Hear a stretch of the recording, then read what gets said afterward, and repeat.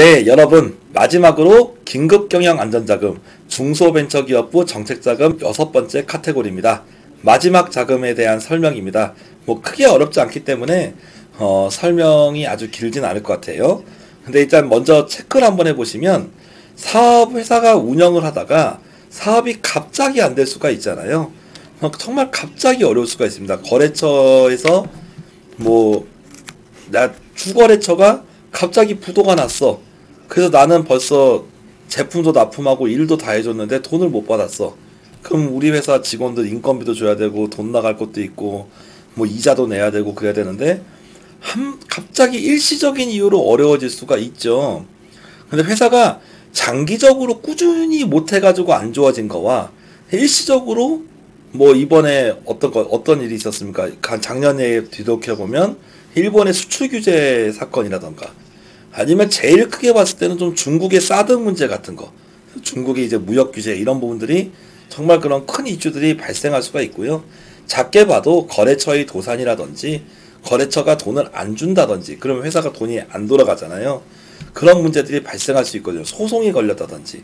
그래서 경영에서 갑자기 이제 특별하게 문제가 생깁니다. 개성공단 같이 그런 문제가 생기면 긴급하게 자금을 지원해서 안정적으로 경영할 수 있도록 도와주겠다. 그래서 제목 따라 그냥 긴급 경영 안정자금입니다. 융자 규모는 1000억이고요. 중소기업 기본법상이 중소기업이면 지원이 됩니다. 제일 많이 하는 융자의 범위 내용을 보시면 자연재해입니다. 태풍, 폭풍, 지진 이런 것들을 위해서 받은 거가 있고요. 두 번째 사회재난이죠. 대표적으로 화재 같은 거 볼 수 있겠죠. 그래서 화재 이런 부분들로 인해서 중소기업이 피해를 복구하는 비용이 기본적으로 있습니다. 그래서 자연재해, 사회재난 이런 부분들입니다. 뭐 아니면은 이제 나중에 수출 규제 이런 부분도 마찬가지겠고요. 그럼 국가가 국가 간에 무슨 뭐 관세가 늘어난다든지 뭐 수출이 제한된다든지 하는 부분들은 매우 크잖아요. 그런 부분은 제한이 됩니다. 두 번째, 일시적 경영애로 기업 중 회생 가능성이 큰 경영애로의 해소. 그러니까 아까 말씀드린 것처럼 갑자기 회사가 거래처가 부도가 났어. 원래 잘 돌아가는 회사인데 이런 부분들은 그 거래처 부도 나서 못 받은 금액만큼 정도만 좀 해소가 되면 다시 돌아갈 수가 있겠죠. 그래서 회생 가능성이 큰 정말 일시적인 뭔가 문제가 생겨서 안 되는 기업들에 대해서 경영 정상화에 소요되는 경비를 지원하는 자금이 일시적 경영애로 기업이 자금이 된다라고 볼 수가 있겠습니다. 그래서 내용을 한번 보시면 긴급경영안전자금 환율 피해, 그죠? 환율이 갑자기 변동됐습니다. 그리고 대형 사고가 일어났습니다. 뭐 화재라든지. 그리고 정부가 갑자기 산업 구조 조정을 했습니다. 그리고 주요 거래처가 도산되거나 결제 조건이 안 좋아졌고 아니면 기술이 유출됐다. 그렇죠? 뭐 이런 뭐 여러 가지 등등이 그러니까 상식적으로 이게 갑자기 어려워졌다라고 이제 보고 또 다시 우리가 자금을 공급하면 일어날 수 있겠다. 이 두 가지 조건이 만약에 좀 예상이 된다면 지원이 가능합니다. 그래서 밑으로 보시면 갑자기 어려워졌지만 우리가 자금을 지원하면 일어날 수 있을 것이라고 하는 상황에서 주는 자금이에요. 밑에 보시면 이 부분 한번 좀 포인트로 볼까요?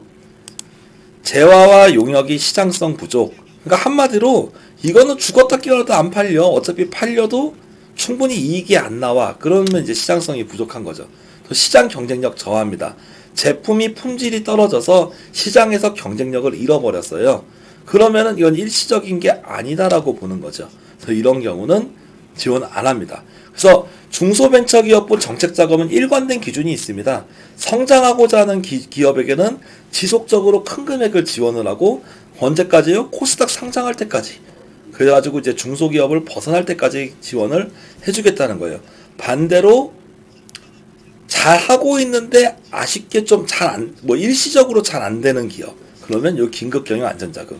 또 잘 하려고 했는데 사업을 더 이상 여러 가지 이유로 크게 봤을 때 못할 것 같아. 그럼 사업 전환 자금이죠. 그런 기업들은 기본적으로 잘 하려고 했는데 일시적인 건 아니면 좀 뭔가 큰 이유로 안 되는 기업들은 지원을 해요. 근데 잘 하려고 해도 이미 시장에서 경쟁력을 잃었거나 뭐 크게 이익이 안 나오는, 그러니까 한마디로 좀 미래가 없어 보이는 기업, 뭐 어떻게 보면 미래에 크게 발전 가능성이 없어 보이는 기업들은 아예 안 줘버립니다. 그래서 좀 냉정합니다. 근데 그게 어떻게 보면 비즈니스의 그 하나의 룰이다라고 여기서 보고 있는 거죠. 그래서 어떻게 보면은 비즈니스에서 저도 참 그런 분이 냉정해요. 냉정한 부분이 참 마음이 아플 때가 있어요. 왜냐면 내가 열심히 하려고 했는데 더 좋은 제품이 나와버렸어요. 열심히 하려고 했는데 사람들이 안 사요. 그러면은 좀 누가 좀 돈을 줬으면 좋겠지만 그거는 이미 그 아이템은 이미 실패한 걸로 보고 기본적으로는 정부에선 지원을 안 한다는 거죠.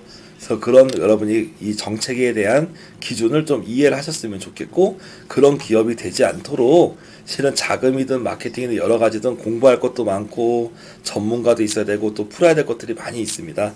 그렇기 때문에 가능하면 좀 훌륭한 기업이 되셨으면 좋겠고, 참 안타까운 문제지만 이런 문제가 있을 때 융자에서는 대개의 경우 어떤 다른 정책자금 지원에서도 지원을 잘 안 하니 이런 문제가 생기지 않도록 예방하고 미리 기획하고 분석하는 그런 꾸준한 그런 노력이 좀 필요할 걸 생각이 됩니다. 경영애로 등등이 문제가 있습니다. 신청 기한, 경영애로 피해 발생 시점 후 6개월 이내, 그래서 비교할 수 있도록 최대한 짧은 기간 안에 신청해야 된다라고 볼 수가 있습니다. 그래서 전체적인 융자 내용은 대동소이합니다. 마지막으로 부록 한번 간단하게 볼게요. 융자 제외의 업종, 앞서서 말씀드렸지만 여기에 해당하는 품목 코드에 해당하는 부분들, 뭐 게임, 숙박, 도매업 이런 부분은 지원이 안 됩니다. 하지만 앞서 말씀드린 것처럼 도소매나 숙박 이런 부분들은 소상공인시장진흥공단의 자금을 통해서 지원이 된다라고 말씀을 좀 드렸습니다. 그 다음에 부채 비율 5년 이상인 기업들은 요 표준 부채 비율 이걸 넘으면 지원이 안 된다라고 말씀을 좀 드렸죠.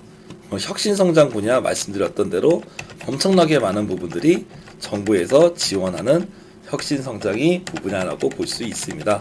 너무 많아서 이거는 여러분이 해당하는 부분들은 세부 내용을 좀 보시면 아실 수 있을 것 같아요. 네, 아무튼 이 정도까지 뭐 여러 가지 이런 내용들, 정책들이 있고 그 코드 번호도 있고 사업 전환에 대해서 내용이 나온 부분도 있습니다.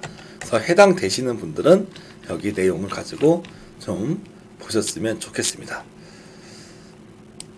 혹시 궁금하신 거는 네, 궁금하신 거 알아주시면 제가 이제 여기 방송 여기 기본 여기 클로징 멘트 하고 그리고 좀 더 질문 다시 드리도록 하겠습니다. 네, 이상으로 중소벤처기업부 소관의 중소기업 정책자금 총 6가지 카테고리 세부 사업들에 대해서 알아봤습니다. 네, 오늘 더 늦은 시간까지 네, 지금 8시가 되어 가는데 이 방송 들어주신 모든 분들께 감사드립니다.